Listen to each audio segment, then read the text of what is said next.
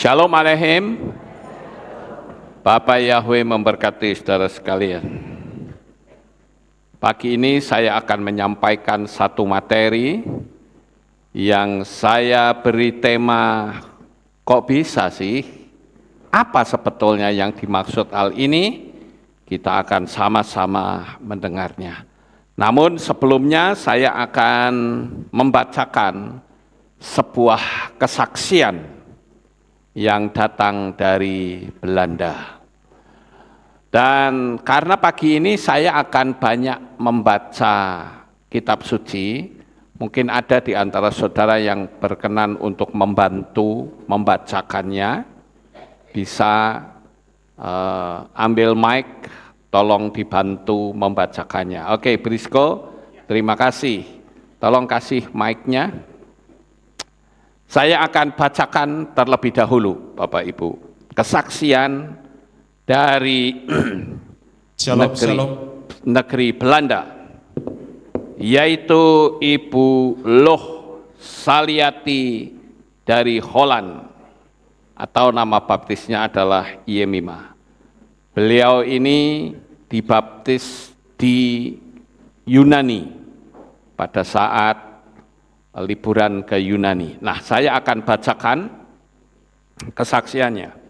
Shalom Papi Lukas, selamat malam. Puji Bapa Yahweh, syukur dan terima kasih. Pada hari ini saya bisa memberikan kesaksian.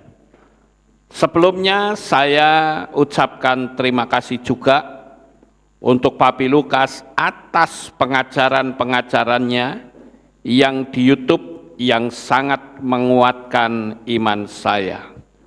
Walaupun saya sendiri dilihat kasat mata, tetapi saya percaya saya bersama dengan malaikat-malaikat yang setia di Syamayim. Amin. Saya mau bersaksi dan menyaksikan kebaikan dan kedahsyatan Bapa Yahweh. Haleluya. Sungguh luar biasa pertolongannya, dulu, sekarang, dan selama-lamanya dalam kehidupan saya, Papi Lukas. Amin. Kemarin saya praktekkan apa yang Papi perkatakan di YouTube. Kalau lagi ulang tahun, jangan tiup lilin. Kalau tiup lilin berarti bersorak-sorak pada kegelapan. Nah, itu dia, Pi. Saya tidak meniup lilin sampai lilin itu mati dengan sendirinya. Udah gitu, saya kasih suami kue tartnya, dan saya juga memakannya. Ternyata nikmatnya kue tart itu lain banget dan luar biasa rasanya dibanding dengan yang dulu-dulu.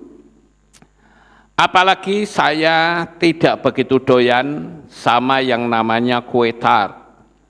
Sekali lagi terima kasih atas pengajarannya Papi ya.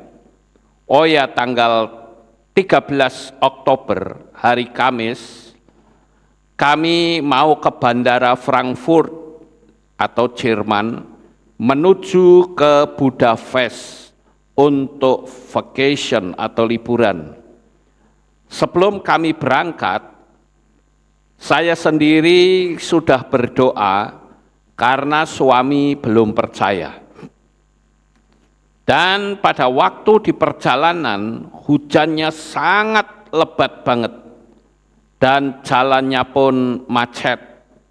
Sampai di Belgia, ada mobil truk tiba-tiba mengambil haluan ke kiri. Padahal suami saya sudah duluan rating ke kiri. Puji Bapa Yahweh, kami selamat dan dijauhkan dari malapetaka atau bahaya. Bahkan 3 kali terjadi seperti itu dalam perjalanan. Sudah sampai di Budapest atau Hungaria, besoknya kami mau ke tempat penyewaan sepeda gayung.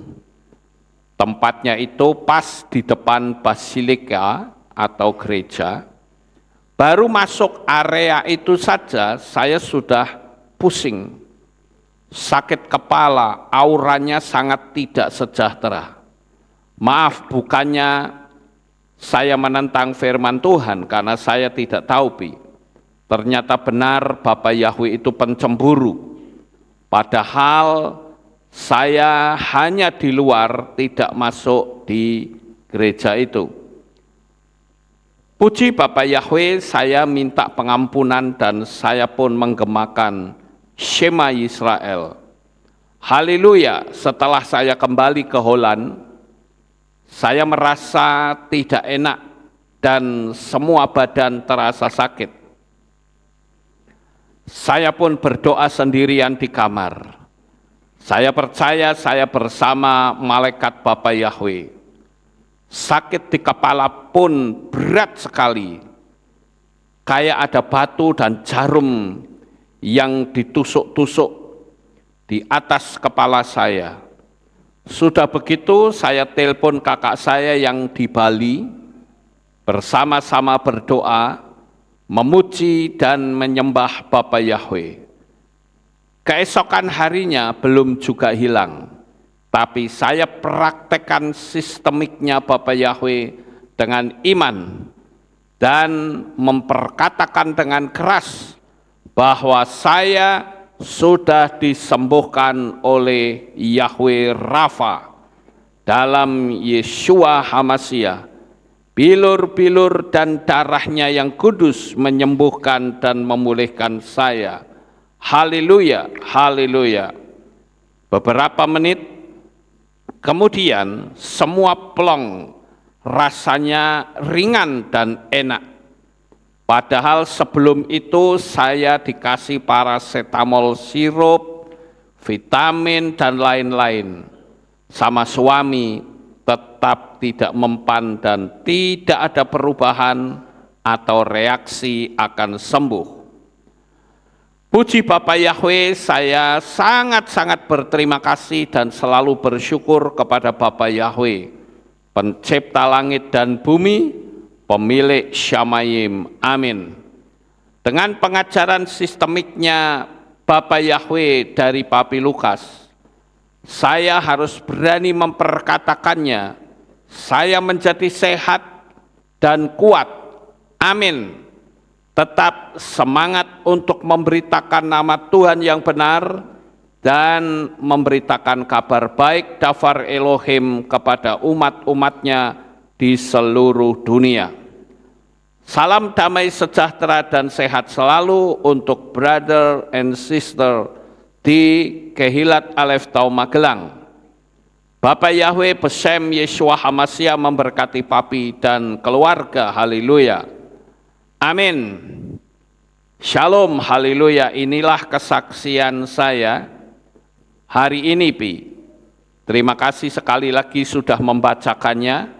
Semua ini agar supaya menjadi berkat bagi banyak orang yang mendengarkannya. Di Belanda, maaf, kesaksian saya agak panjang, Pi. Kalau ada kata-kata yang tidak berkenan, saya mohon maaf. Dan saudara-saudari yang dikasihi Bapak Yahweh, Shalom. Ini ada tambahan. Ini waktu saya mengambil sewa sepeda gayung di depan Basilika. Bawah terowongan, saya harus kumpul di depan gereja itu juga. Puji Bapak Yahweh, saya terus diingatkan dengan menggemakan Shema Israel. Haleluya, amin. Dan ini foto waktu saya berulang tahun, Pi. Maaf saya kirim foto, nanti kalau kita ke Magelang, Papi bisa ingat saya siapa Yemima di Belanda. Shalom. Nah, inilah kesaksiannya, Bapak Ibu yang terkasih. Sekarang kita akan belajar tentang firman Tuhan. Saya beri tema sekali lagi, kok bisa sih? Apa sebetulnya yang akan saya sampaikan pada pagi ini? Bapak Ibu yang terkasih, Sampai dengan saat ini, kalau kita melihat berita-berita, baik di televisi, di internet, di YouTube, dan sebagainya, masih didominasi oleh peperangan, saudara. Di mana-mana berita yang kita dengar mesti peperangan. Dan ada sesuatu yang aneh, yang orang mempertanyakan kepada saya, dan saya tentu harus bisa menjawab yang sesuai dengan firman Tuhan. Pertanyaannya adalah, kenapa ada orang-orang Yahudi yang muncul dan rame-rame berdemo, justru yang dilakukan oleh orang-orang Yahudi itu membela Palestina? Ini ada apa? Nah, ini saya harus bisa menjawab, saudara-saudara. Ini ada buktinya, mereka ya, ini orang-orang Yahudi yang ortodok loh. Mereka masih pakai topi, rambutnya dipelintir-pelintir. Jadi ini betul-betul orang-orang Yahudi, saudara, bukan orang Indonesia ya. Tapi mereka justru membela Palestina, saudara-saudara. Bahkan ada kabar juga mereka teriak-teriak minta supaya Benyamin Netanyahu itu mundur. Ada apa ini sebetulnya, saudara? Bahkan kalau saya lihat di video-video yang lain, orang-orang Yahudi ini membakar benderanya sendiri, bendera Israel. Ayo sekarang saya mau tanya nih, kalau kejadian ini ada di Indonesia, kira-kira bagaimana, saudara? Orang Indonesia membakar bendera Indonesia, apa yang terjadi, saudara? Oh, pasti masuk penjara, nggak ampun, saudara. Nah, ini mereka membakar benderanya sendiri, ya. Dan mereka betul-betul rame-rame sekali. Ya, ini saya tunjukkan.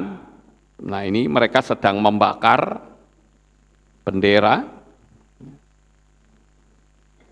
Nah, kalau kita lihat dari berita-berita ini, saudara-saudara, sebetulnya apa yang ada di pikiran orang-orang Yahudi ini? Nah, sekarang saya akan memberitahu kenapa mereka melakukan itu. Sebenarnya mereka itu sudah lelah diperangi dan dikeroyok oleh banyak negara.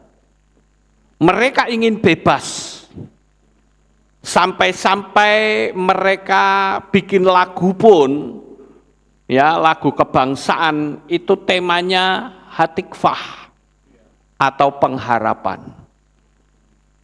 Saya kadang merenung gini ya, kenapa sih kok Israel nggak kunjung selesai, seolah-olah dia itu tidak lepas dari penderitaan, terus berharap dan berharap. Lalu kapan nyampenya? Kalau kita mau melihat dari sisi alam supranatural, lagu Hatikvah itu sendiri sudah tidak bisa membawa apa yang menjadi kerinduan bagi bangsa Israel. Kenapa? Karena mereka berharap. Sampai di sini paham Bapak Ibu? Pengharapan itu berarti peristiwanya belum terjadi. Saya berharap supaya saya mendapatkan kebebasan. Apakah kebebasan itu sudah didapat? Belum. Dan itu terus dinyanyikan tiap-tiap tahun. Itu secara hukum alam supranatural nggak akan nyampe.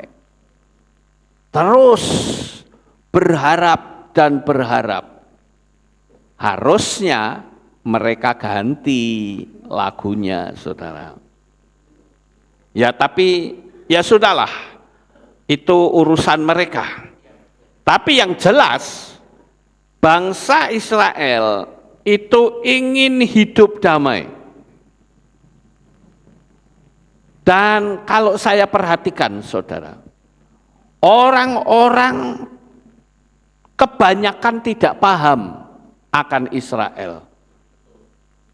Termasuk Indonesia, mereka tidak paham. Nggak usah Indonesia deh, orang Kristen saudara. Yang katanya punya akar iman itu dari Israel pun tidak paham. Contoh yang gampang, nama Tuhannya saja berubah jadi Arab dan Yunani. Itu sudah meleset saudara. Diomongi ngamuk-ngamuk, dipecat dari sinode, disingkirkan. Sudah begitu ketika setiap ada perang ikut-ikutan ngutuk saudara. Nah coba kita akan berpikir secara realistis saudara. Sekarang tolong jawab, perang ini terjadi apa tidak kalau Hamas tidak nyerang duluan? Tidak akan terjadi saudara. Jadi kalau begitu yang bikin gara-gara siapa? Pakai logika ya saudara. Kita main logika berpikir. Kita punya nalar. Ya. Jangan ngaco. Hamas menyerang duluan. Ketika dibales, Israelnya dikutukin. Wajar nggak gaya berpikirnya itu saudara? Tidak wajar. Aneh sekali saudara. Justru yang jadi korban malah dikutuki. Ini luar biasa, gaya berpikirnya terbalik saudara. Ya kalau mereka tidak percaya Bapak Yahweh Yeshua mungkin saya maklum. Loh ini kalau orang yang katanya ngaku punya akar iman dari Israel tapi ikut ngutukin, cilaka banget saudara. Kitab suci mengatakan siapa yang mengutuk akan terkena kutuk. Tapi siapa yang memberkati dia akan diberkati. Kita nggak usah bicara dan masuk ke ranah politik. Ini bukan masalah politik. Tapi ini ajaran dari Tuhan bahwa kita diciptakan, dijadikan Tuhan mulut kita untuk bicara hal-hal yang baik. Bukan bermulut kotor. Coba kita pakai gaya berpikir yang nalar, saudara. Bapak Ibu saudaraku yang terkasih, kembali saya katakan banyak orang yang tidak paham tentang Israel. Dianggap kalau orang Israel itu jahat kabeh, saudara. Semua jahat semua. Ada nggak orang Israel yang berhati baik? Oh sangat banyak saudara. Nggak usah itulah kita bicara kabalah. Kalau saya bicara kabalah orang akan berkata, oh itu satanik itu. Loh Anda tahu nggak kabalah itu apa? Saya pernah pergi ke kampung kabalah yang disebut Kampung Sefat. 2 kali kami ke sono. Kita belajar.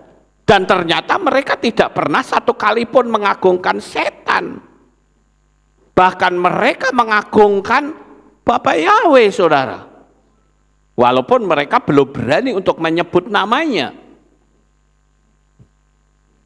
Jadi ayolah kita mulai belajar berpikir yang baik, saudara. Makanya saya beri tema pagi ini, kok bisa sih? Kenapa kok bisa? Yang jadi korban dikutukin. Saya kasih tahu, Tuhan jadikan mulut kita bukan punya mulut kotor. Yang keluarnya hanya sumpah serapah.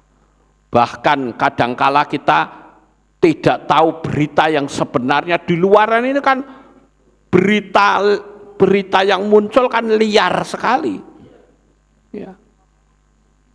Yang benar dianggap salah, yang salah dianggap benar. Lah kita ikut-ikutan. Kita harus punya prinsip. Tuhan, jadikan mulut kita untuk mengucapkan kalimat-kalimat yang bernada berkat. Sekarang pertanyaannya, boleh nggak kita berdoa memberkati Palestina?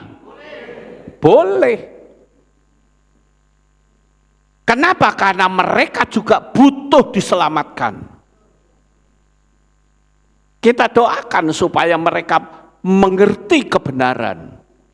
Karena orang Israelnya sendiri kadang banyak yang tidak ngerti kebenaran. Nah, sekarang kita akan lihat apa sebenarnya konsep yang ada dalam pikiran mereka. Kenapa kok mereka sampai minta Netanyahu mundur? Kemudian bendera Israel dibakar. Mereka teriak-teriak membela Palestina. Nah, itu saja kan sudah membuktikan bahwa tidak semua orang Israel itu membenci Palestina. Ya toh, saudara? Pakai logika kita berpikir. Jangan berpikir pakai logika terbalik. Bapak Ibu Saudara yang terkasih, apa alasan mereka? Yang pertama, mereka sejak Israel menjadi merdeka tahun 1948. Itu sebetulnya orang-orang Israel, khususnya Yahudi Ortodok, mereka itu tidak suka. Loh, tidak sukanya karena apa? Karena sistemnya itu berubah. Dari sistem kerajaan berubah menjadi sistem presidensial. Menurut mereka itu tidak sesuai dengan Torah. Jadi mereka menolak sistem pemerintahan yang ada. Mereka, yang kedua, mereka itu intinya dari dulu menghendaki bukan sistem presidensial, tetapi mereka menghendaki sistem kerajaan. Karena mereka berpikir Torah nggak ada sistem presiden, nggak ada, adanya kerajaan, saudara. Dan yang ketiga, mereka itu masih merindukan kedatangan Mesias. Dan Mesias yang benar menurut mereka adalah yang mendamaikan Israel dengan negara-negara yang lain. Sementara mereka tidak menerima Yeshua, karena Yeshua faktanya dengan mudah bisa disalib. Dengan mudah bisa dihina, dicaci maki. Tidak pernah ada perlawanan sama sekali. Sedangkan mereka berpikir seharusnya kalau memang Yeshua itu adalah Mesias, bebaskan kami dari sistem penjajahan Romawi. Sampai di sini Bapak Ibu bisa tangkap? Yang keempat, bagi mereka Yeshua bukanlah Mesias karena dia tidak mendirikan kerajaan Israel. Mereka tidak percaya dan tutup mata dan tidak mau mengakui bahwa Yeshua faktanya sudah bangkit dari kematian. Bahkan akibat dari berita bohong yang disebarluaskan oleh ahli Taurat dan orang Farisi, mereka lebih percaya pada institusi ketimbang percaya kepada sebuah fakta bahwa Yeshua itu memang sudah bangkit. Sekarang yang kelima, sistem pemerintahan menurut mereka itu sangat mengganggu untuk kedatangan Mesias. Jadi bagi mereka, inilah saatnya kita berdemo supaya sistemik negara ini berubah menjadi kerajaan. Sampai di sini paham Bapak Ibu? Nah, sekali lagi saya katakan, banyak orang-orang Indo atau Indonesia, bahkan orang-orang Kristen yang tidak paham tentang Israel, yang sebetulnya orang Israel itu adalah cinta damai. Memang kita harus akui ada banyak sekali orang-orang, khususnya dalam kelompoknya si mata satu, mereka akan menguasai dunia ini. Tapi sangat banyak orang-orang Israel yang cinta damai. Kemarin ada orang yang menunjukkan kepada saya, Pak Lukas, itu orang-orang Yahudi bagaimana sih? Ada orang Kristen bawa salib diludahi katanya. Saudara lihat videonya kan? Itu viral, saudara. Saya jawabnya gampang. Pada masa itu adalah masa hari raya orang Yahudi. 7 hari raya. Lah mereka masih merayakan 7 hari raya kok bawa salib, saudara. Itu kan podo wae nantang. Itu kan sama saja penghinaan. Sementara orang Yahudi sendiri tidak menerima salib itu sebagai simbolnya mereka. Simbolnya mereka itu ya menorah. Ya kalau lewat-lewat aja mereka pasti akan tenang, saudara. Tapi kalau bawa salib kan kayak nantang gitu loh. Ya jangan salahkan mereka kalau mereka meludahi. Loh, mereka masih merayakan hari raya kok. Sama seperti kita waktu merayakan perayaan 7 hari raya, kemudian ada orang yang ganggu pakai simbol-simbol lain. Apakah kita bilang, oh ya silakan, enggak apa-apa, silakan? Ya enggak bisa begitu, saudara. Jadi kita mesti harus berpikir secara realistis, apa sebetulnya yang sedang terjadi. Dan sekali lagi saya katakan, kita harus berhati-hati dengan berita-berita yang beredar secara liar. Sebaiknya jangan ikut-ikutan memihak siapapun, apalagi sampai ikut-ikutan mengutuki Israel. Justru kita harus berdoa memberkati Israel. Saya nggak peduli orang suka nggak suka, emang gua pikirin.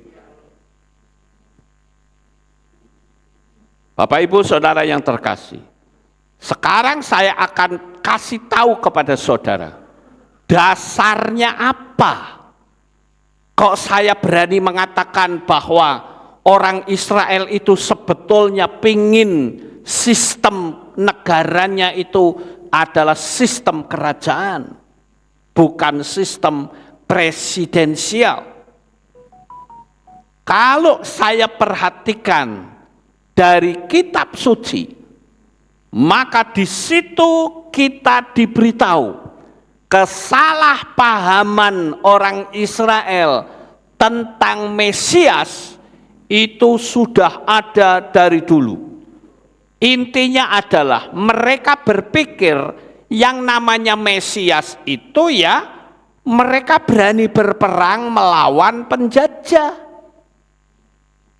Masuk Mesias kok dipukulin ya diem. Masuk Mesias diludahi, disalib ya diem.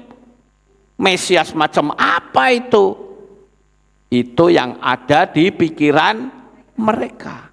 Nah sekarang saya akan tunjukkan beberapa ayat firman Tuhan, nanti Brisco bisa baca, ya, bahwa kesalahpahaman tentang Yesua itu sudah dimulai sejak Yesua lahir, dan itu pun dipahami oleh orang Majus sampai-sampai Herodes cemburu, dikira Yesua yang baru dilahirkan itu adalah pesaing beratnya dia. Kita baca Matius pasal 2 ayat 2. Seraya bertanya, di manakah dia, raja orang Yehudi yang telah dilahirkan itu? Karena kami telah melihat bintangnya di timur, dan kami datang untuk menyembah kepadanya. Amin. Saudara perhatikan, di manakah raja yang baru dilahirkan? Kalau bicara raja berarti bicara apa? Kerajaan. Kecuali kalau ayatnya, di manakah presiden yang baru? Enggak ada, bukan? Inilah kesalahpahaman yang awal ketika Yesua datang ke dunia ini. Dan kita tentu harus tahu bahwa Yesua datang ke dunia ini bukan mendirikan kerajaan secara fisik. Yesua datang ke dunia ini mendirikan kerajaan rohani. Yesua datang ke dunia ini bukan memporak-porandakan penjajahan. Tetapi Yesua mendirikan kerajaan, memporak-porandakan sistem pemerintahan setan. Dengan apa? Dengan hukum kasih. Hebat bukan Bapak Ibu? Itu sudah salah persepsi. Apa yang dipikirkan orang-orang Yahudi pada masa itu tidak sesuai dengan apa yang dipikirkan oleh Bapa Yahweh. Nah, kita akan lihat, kalau kita lihat gambar ini saja, ini saya temukan gambar yang cukup lumayan bagus lah ya, untuk menggambarkan datangnya orang-orang Majus.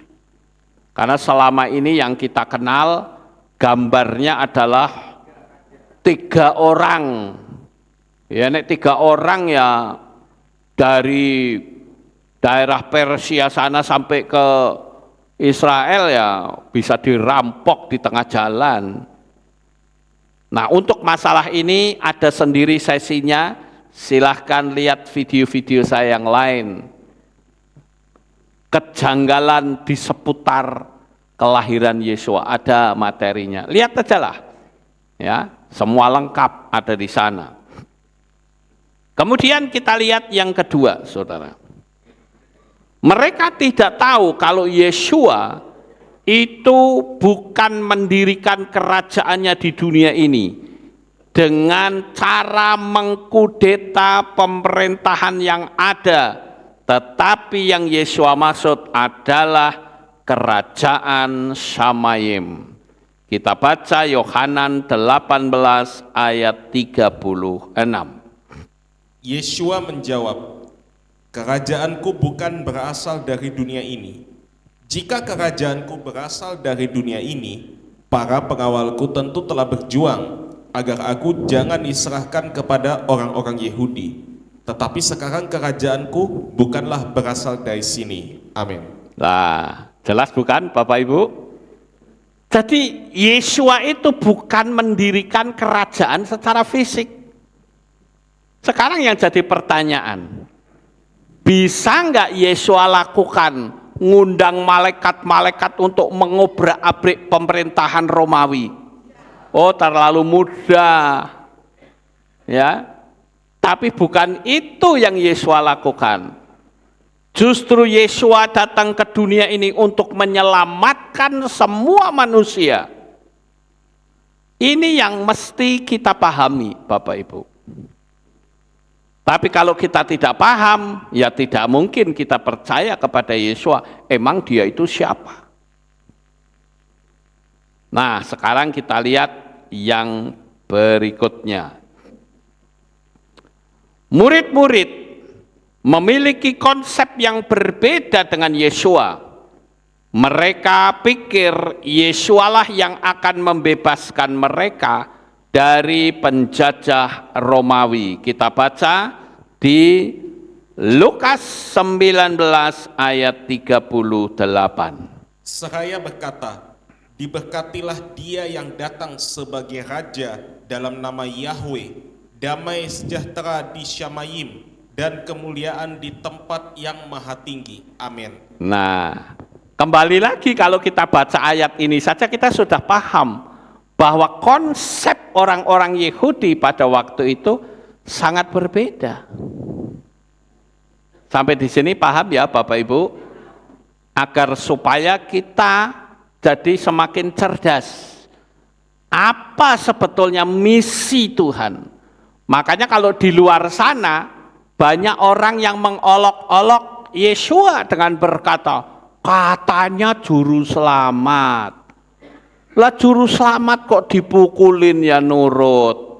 Diludahi nurut, dihajar, dihina, dicaci maki, dicambuk nurut. Bahkan sampai dia mati. Mana ada Tuhan kok mati? Nah ini kan salah persepsi saudara.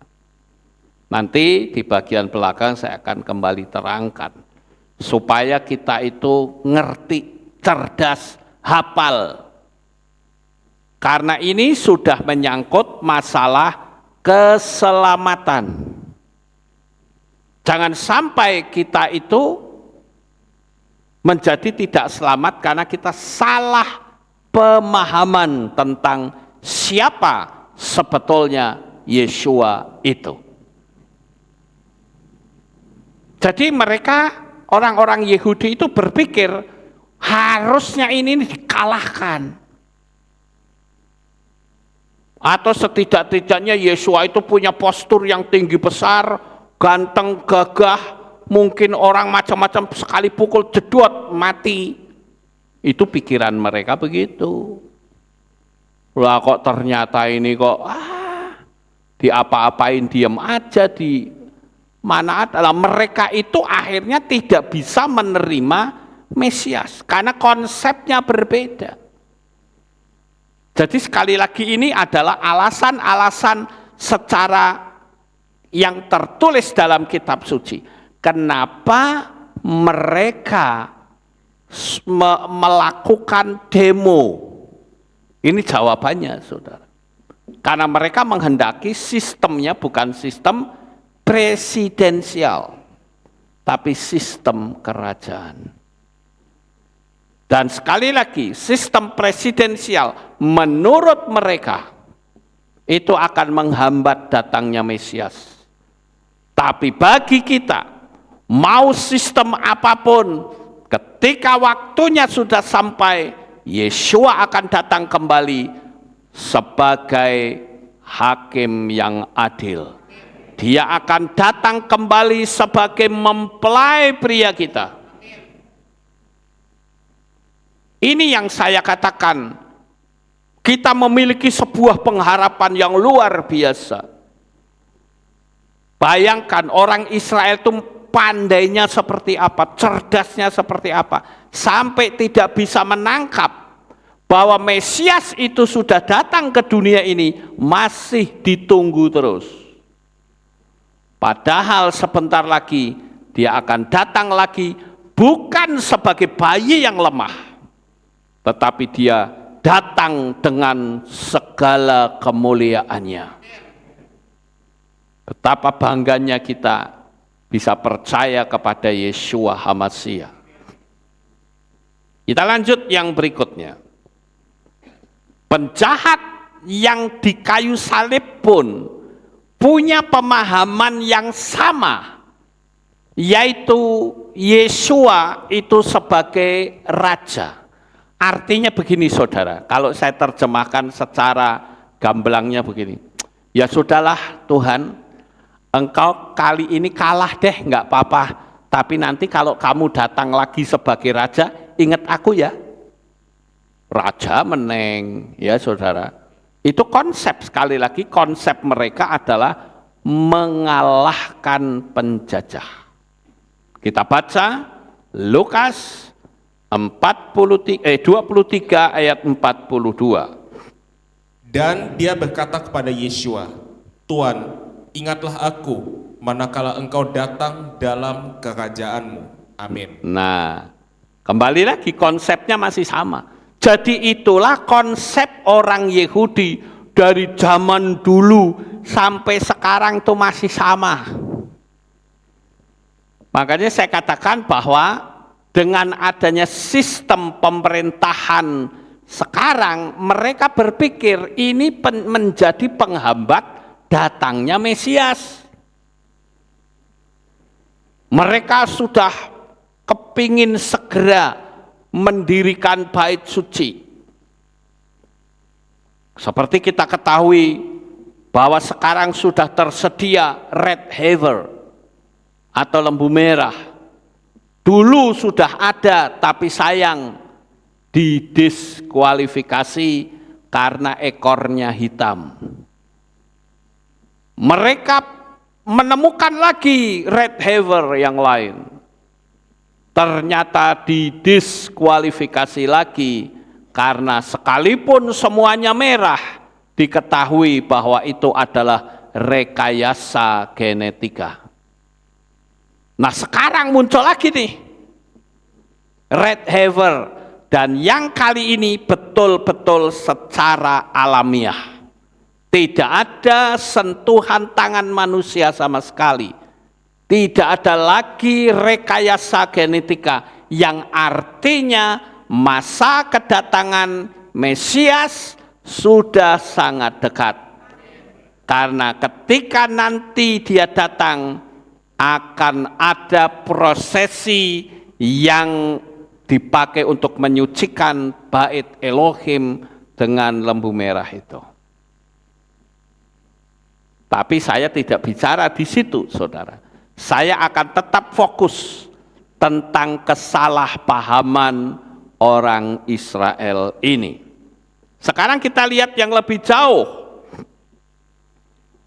Sampai Yesua dibangkitkan, murid-murid masih belum paham.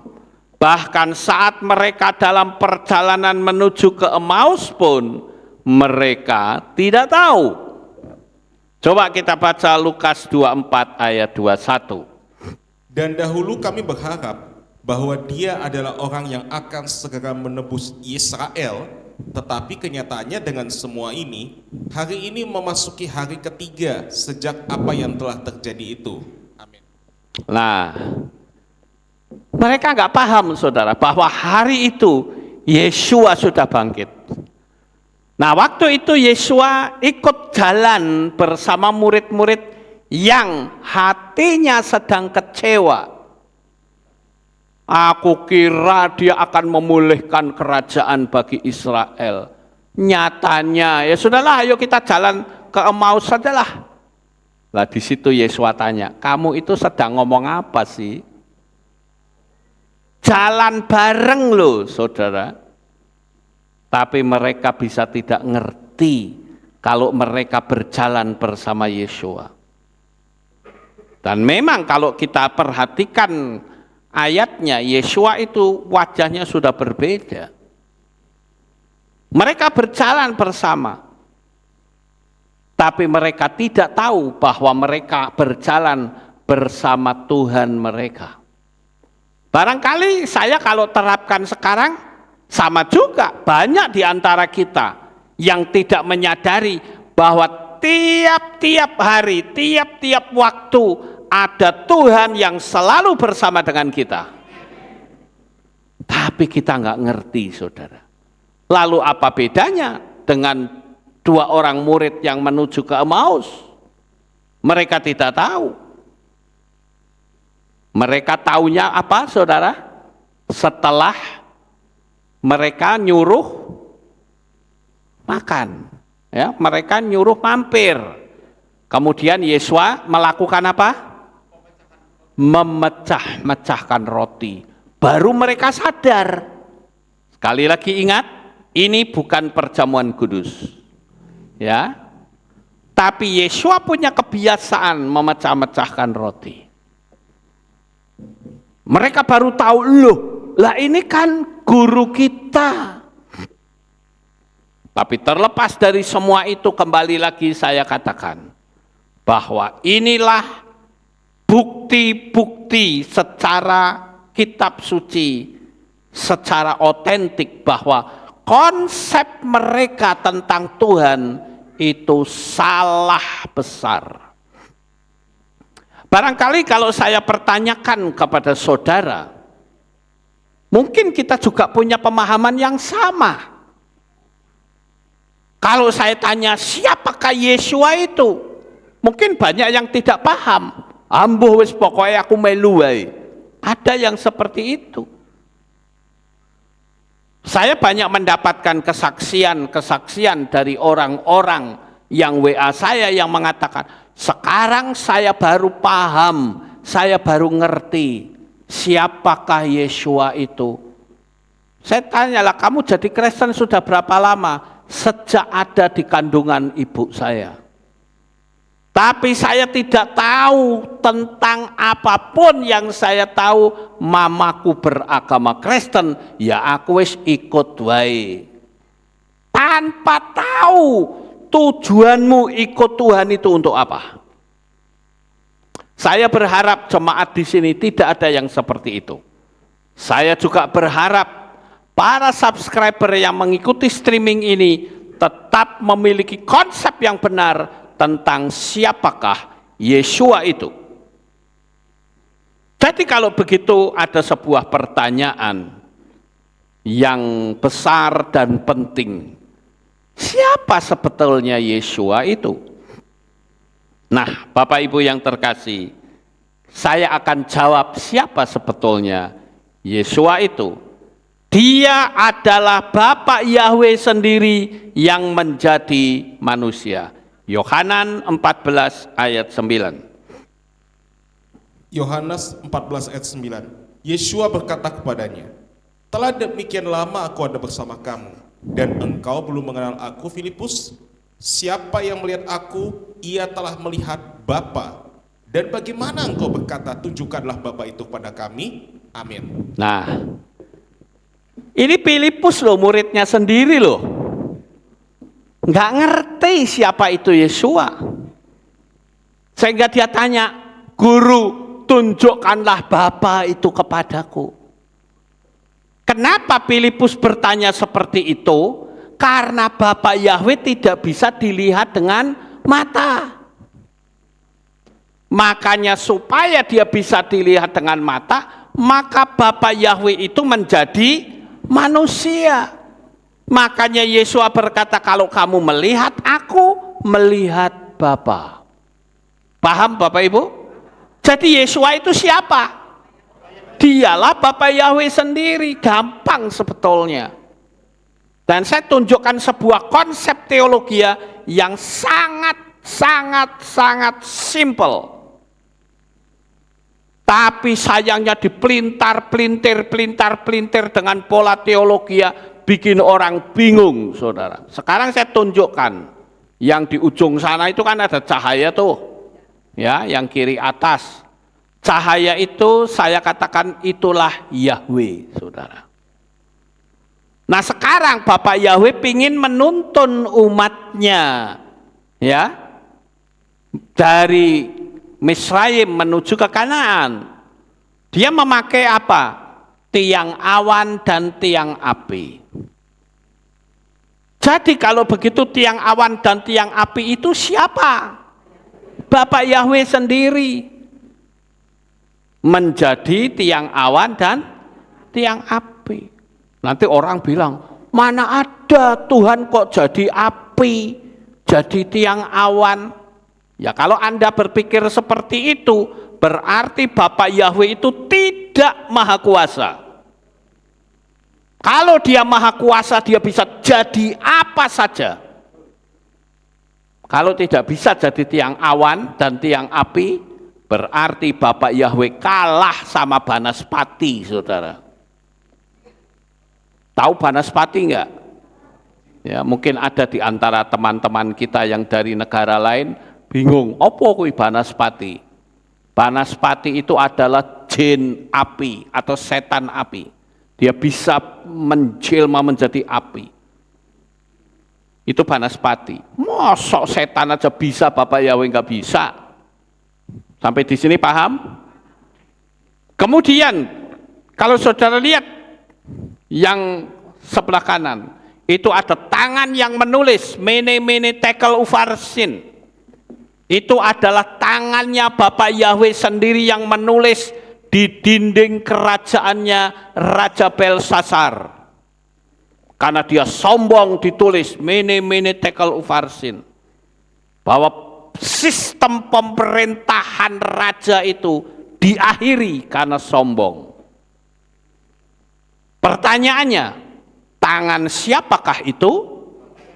Tangannya Bapak Yahweh, saudara. Jangan dipikir, oh itu tangan genderuwo. Tidak, saudara. Itu tangannya Bapak Yahweh sendiri. Amin. Jadi Bapak Yahweh bisa menjadi punggung tangan, bisa kan? Lawang Maha Kuasa ya bisa. Sak penake. Ya. Terus pada waktu zaman Raja Nebukadnezar, ada 3 orang pemuda, Hananya, Misael, Azaria, disuruh menyembah patung buatan Raja Nebukadnezar. Dan 3 pemuda itu berkata, tidak, karena akan ada Elohimku yang akan melindungi aku. Tetapi seandainya tidak, aku tetap tidak akan menyembah patung buatan Tuanku Raja. Itu namanya iman. Saudara. Iman itu artinya berani mengambil resiko. Itu iman, saudara. Dan ternyata ketika pemuda itu betul-betul dicemplungke di dapur api perapian yang menyala-nyala. Dan Raja Nebukadnezar kaget, loh tadi ada 3, kok sekarang ada 4. Siapa yang satunya ini? Tidak lain adalah Bapak Yahweh sendiri yang menjadi manusia. Tetapi dia jadi manusia tiba-tiba sudah jogrok gede, saudara. Berbeda pada saat menggenapi nubuatan. Bagaimana Bapak Yahweh menjadi manusia secara alamiah, secara natural. Untuk menyelamatkan kita. Karena dosa kita. Maka tidak ada satupun manusia yang bisa selamat. Maka saya memberitahu kepada saudara sekalian, kalau mungkin hatimu sekarang sedang kecewa, seberat-beratnya kecewa, jangan sekali-kali tinggalkan Bapak Yahweh dan Yeshua HaMashiach. Engkau akan mati binasa. Kenapa? Karena engkau yang akan membayar dosamu siapa? Yang membayar engkau dari dosa itu siapa? Darahnya Nabi siapa yang bisa? Tidak ada satupun nabi yang darahnya bisa untuk membayar engkau dari dosa. Tidak bisa. Kenapa? Karena manusia itu sudah jatuh dalam dosa. Darah orang berdosa tidak mungkin menyelamatkan orang berdosa. Yang bisa menyelamatkan adalah darah yang maha suci. Darah yang tidak pernah melakukan kesalahan.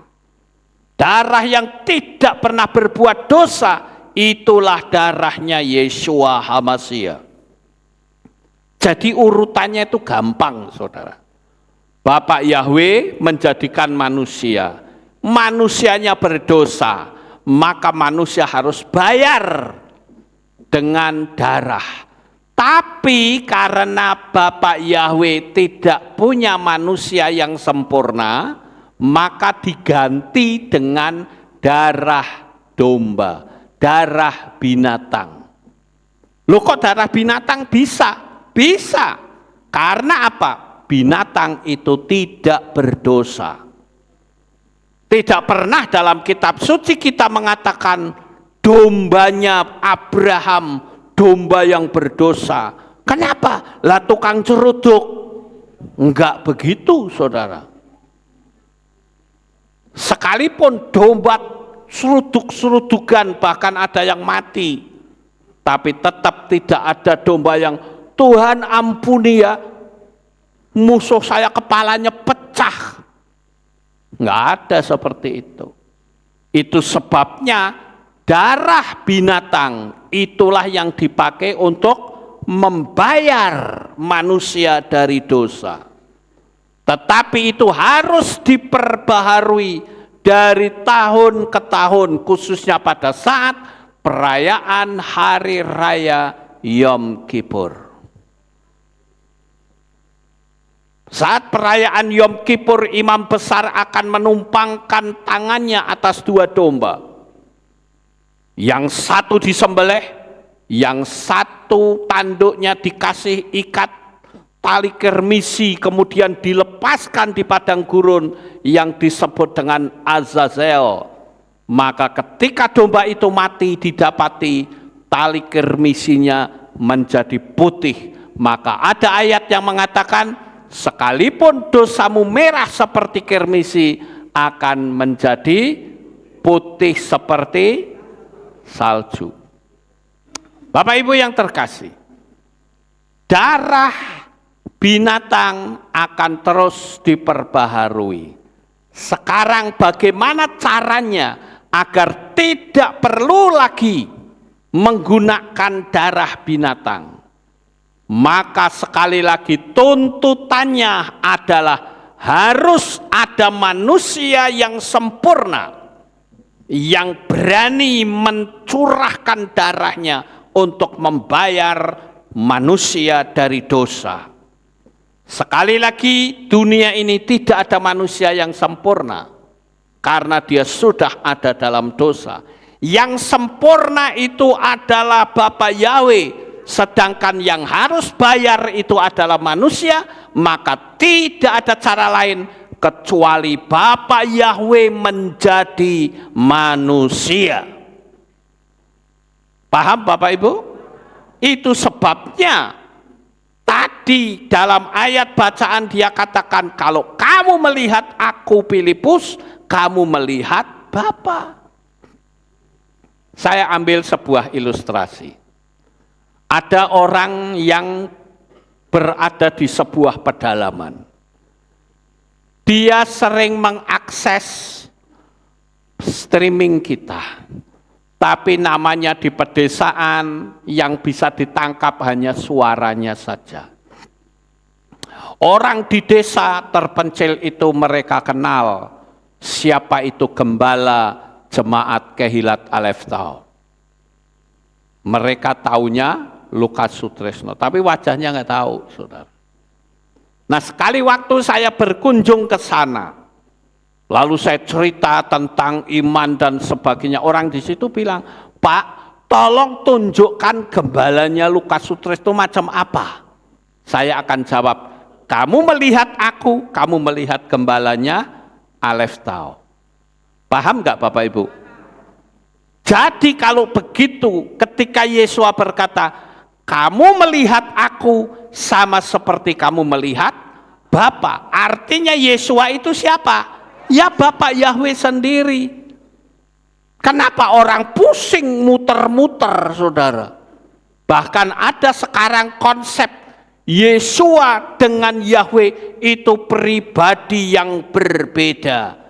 Ya wis bukan ehad lagi dong kalau begitu. Sampai di sini paham? Nah sekarang Bapa Yahweh yang Maha Kuasa itu, dia bisa berubah wujud dalam rohnya, yaitu wujud burung merpati. Bisa? Bisa. Loh dia mau jadi apa ya terserah, saudara. Nah sekarang, kenapa orang begitu pusing, bingung, nggo karepe dhewe? Karena ini loh sebutannya, saudara. Bapak Yahweh jadi manusia, bisa disebut firman menjadi daging. Bisa? Bisa. Bapak Yahweh jadi manusia disebut Dafar Elohim. Bisa? Bapak Yahweh jadi manusia disebut anak manusia. Bisa? Sekarang Bapak Yahweh jadi manusia disebut putra Yahweh. Bisa? Bisa. Lagi Bapak Yahweh jadi manusia disebut inkarnasi Sang Pencipta. Bisa? Jadi kalau begitu saudara, apapun sebutannya tetap itu Yahweh yang jadi manusia. Paham? Tapi kalau saudara usrek di sebutannya, bingung dewe.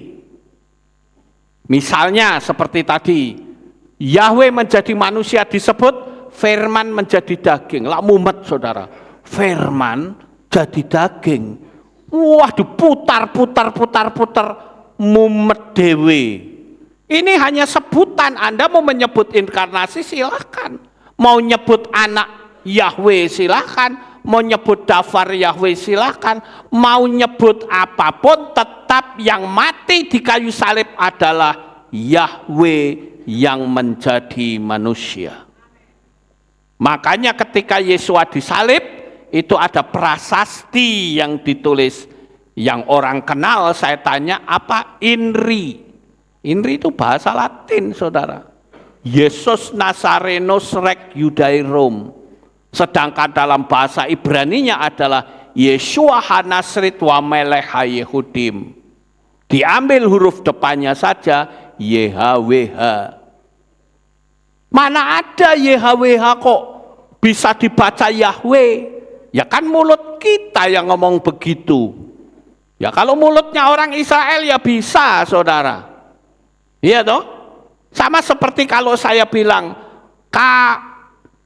KPDYTH. Saudara tahu apa artinya? Kepada yang terhormat. Coba saudara tanya sama orang Amerika. Dia pasti akan tanya, what is the meaning of KPDY2H? I don't know. Paham nggak Bapak Ibu? Saya kemarin menemukan sebuah situs yang bagus. Itu arkeologi Bible. Di situ ternyata ditemukan nama Yahweh dalam huruf hieroglif Mesir.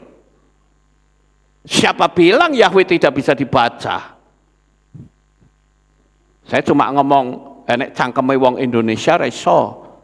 Tapi kena orang Israel pasti bisa. Cuman mereka tidak mau membaca. Mereka ganti jadi Adonai dan Hashem. Ini meleset. Lawang tulisannya YHWH kok munine Adonai. Adonai itu kan alef, dalet, nun, ya, yod itu Adonai. Jadi kita ini harus tahu, ya, mau disebut apapun tetap saja itu Yahweh yang jadi manusia, saudara. Jadi jangan diputar-putar. Ya. Kadangkala saya bingung, saudara. Kenapa sih teologi yang simpel kayak gini kok angele? Padahal dia katanya sekolah teologi ya. Lah sekolah teologi kan akhirnya jadi mempermudah orang. Harusnya kok malah bingung. Ada Tritunggal lah. Lah nek Tritunggal apa bedanya dengan Trimurti kalau begitu? Tri itu sudah bukan ehad. Padahal konsep iman kita Yahweh ehad ushemo ehad. Yahweh satu-satunya dan namanya adalah satu-satunya. Nggak ada duanya. Dipelintir lagi, 3 pribadi 1 hakikat. Ada 3 pribadi ya beda, saudara.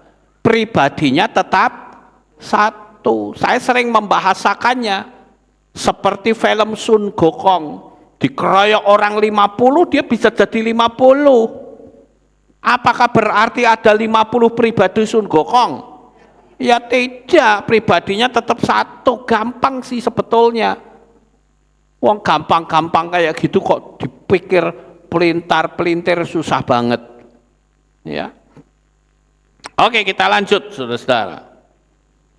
Jika kita tidak mengakui bahwa Yeshua adalah Yahweh sendiri, maka kita akan mati dalam dosa kita.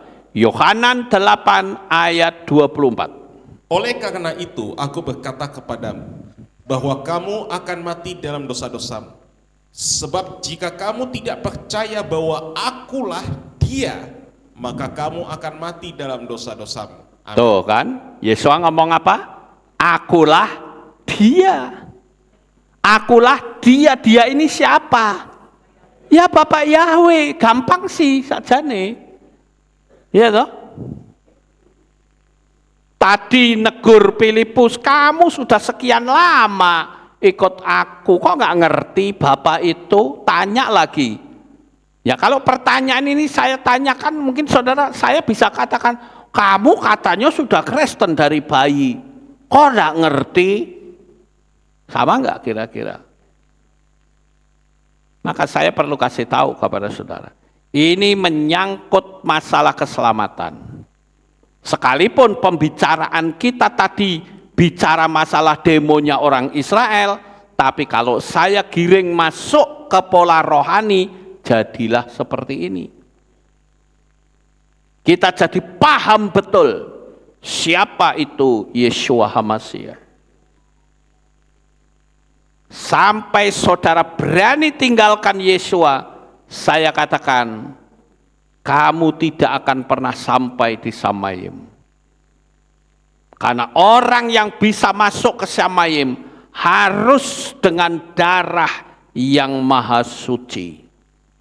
Dan di dunia ini tidak ada darah yang suci kecuali darah Yeshua HaMashiach. Kita harus pertahankan iman kita sampai pada titik nafas yang penghabisan. Doa saya untuk Bapak Ibu Saudara, jangan sampai mati tetapi engkau terlambat.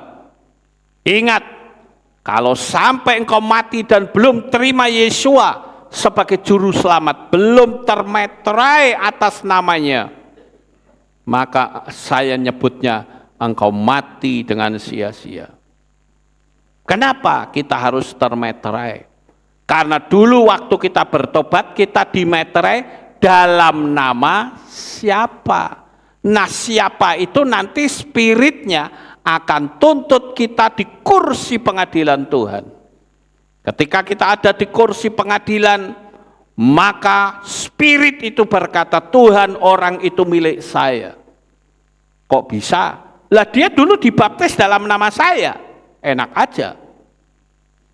Makanya orang ini milik saya. Masuk logika enggak kira-kira? Masuk, saudara. Makanya saya katakan hati-hati masalah ini, saudara. Ini bukan masalah agama, ini bukan masalah gereja, bukan masalah sinode. Tapi apa kata firman? Yeshua itu tidak lain adalah Yahweh sendiri. Sekarang yang jadi pertanyaan kita yang terakhir. Pemahaman yang sangat mudah. Kenapa begitu sulit orang untuk memahaminya? Padahal dia sekolah teologi. Namanya sekolah teologi itu berarti sekolah yang membicarakan masalah Tuhan. Tapi sampai tidak bisa tahu kenapa, saudara? Karena ada spirit yang mengikat dia. Orang sudah percaya Yesus saja, setan masih bilang tunggu tanggal mainnya, tak cegat kamu nanti di depan sana. Akhirnya tidak terima Yeshua. Ngeri sekali, saudara. Menolak dengan alasan dia itu tidak lebih manusia biasa. Saya katakan, siapa orang yang tahu hari kematiannya? Tidak ada. Hanya Yeshua yang tahu. Dan dia pun berani mengklaim, rombak bait suci ini dan dalam 3 hari aku akan mendirikannya kembali. Yang dimaksud adalah tubuhnya. Maka pada waktu dia mati, pada hari yang ketiga dia bangkit kembali. Yang artinya siapapun yang percaya kepada Yeshua, kalau nanti mati kita akan dibangkitkan. Tapi setan tidak suka. Dia pelintar-pelintir supaya keselamatan bisa terlepas. Tidak panggil nama. Dia berpikir Yeshua itu bukan Yahweh. Tapi Yeshua itu pribadi yang lain. Tapi menyatu, malah bingung, saudara. Makanya banyak orang-orang dari seberang yang sulit untuk percaya karena teologianya bikinannya Tertullianus. Tapi kita ikutin apa yang kitab suci katakan, bahwa Yeshua itu tidak lain adalah Bapa Yahweh sendiri. Sukses besar untuk saudara. Bapa Yahweh memberkati. Haleluya. Kita tunduk kepala, kita berdoa. Kami mengucapkan terima kasih dan syukur kepadamu ya Bapa Yahweh.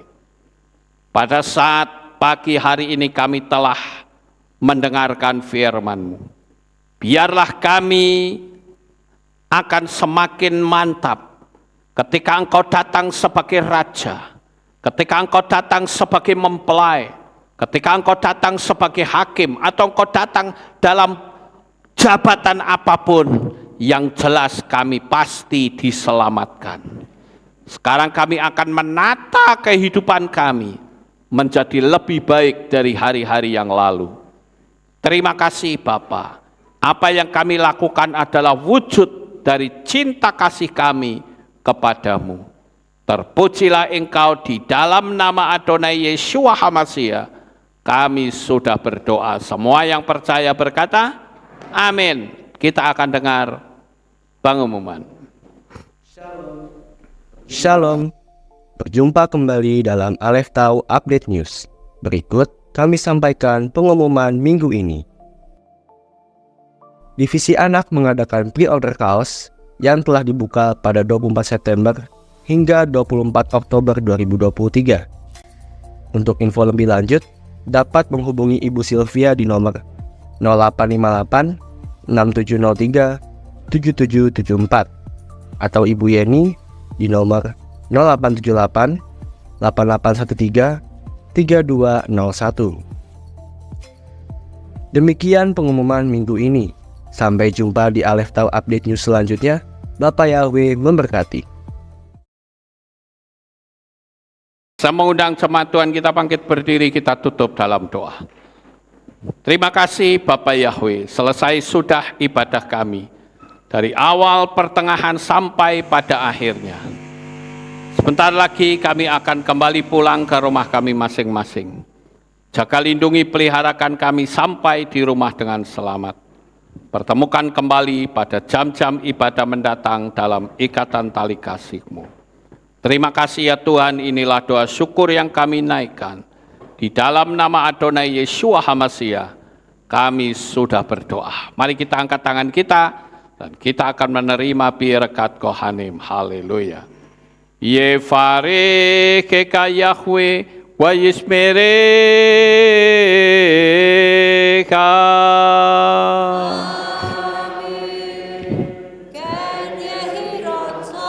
Yair Yahweh panau eleka, wihuneha.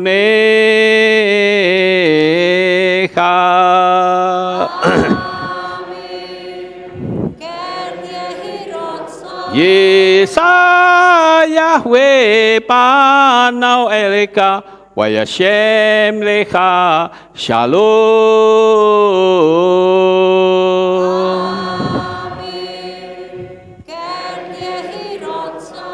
Baruk atapa eruk faruk atapa sareh. Engkau akan diberkati di kota dan engkau akan diberkati di ladang. Amen.